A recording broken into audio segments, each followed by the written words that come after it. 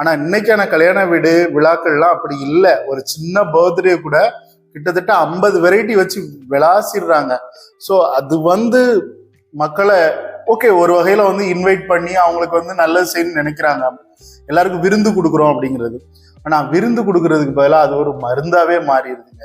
கிட்டத்தட்ட ஸ்வீட் டிஷ்ல ஒரு 20 டிஷ்ஷு, அப்புறம் தோசை வெரைட்டியில ஊத்தப்பம், ஆனியன் தோசை, அது இது, அப்புறம் ஜங்க் ஃபுட் எல்லாமே மேகி, பிஸ்தா, அது இது, பாஸ்தா எல்லாம் போட்டு அடிக்கிறாங்க. பிரியாணியில எல்லா பிரியாணியும், மட்டன் பிரியாணி, சிக்கன் பிரியாணி, அப்புறம் காளான் பிரியாணி எல்லாமே போட்டு அடிக்கிட்டு லாஸ்ட்ல கோல்ட்ரிங்க்ஸ்லேயே 4-5 வகை, பாயாசத்துல 2-3 வகை.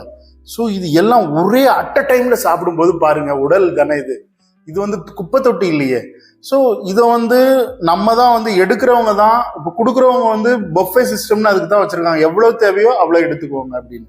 ஆனா நம்ம அப்படி இல்லை. போன உடனே அப்படி பாக்குறோம், எப்படி சாப்பிடலாம் அப்படின்னு சொல்லிட்டு எல்லாத்துலயும் எடுத்து எடுத்து வாரி போட்டு நம்ம வயிறை குப்பை கூடயே ஆக்கிடுறோங்க.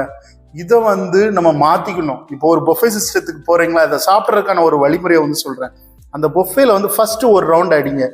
எந்தெந்த இது டேஸ்டா இருக்குன்னு எல்லாத்துலயும் ஒவ்வொரு பீஸ் எடுத்துட்டு அதை உட்காந்து இது நல்லா இருக்கு சார், அப்ப இதை கூட கொஞ்சம் எடுத்துக்கலாம் அப்படிங்கிற முறையில எடுத்து அளவு முறையோட சாப்பிட்டு பழகுங்க. அந்த அளவு முறை தான் உங்களை ஒரு நோய் இல்லாத வாழ்வுக்கு வழிவகுக்கும்.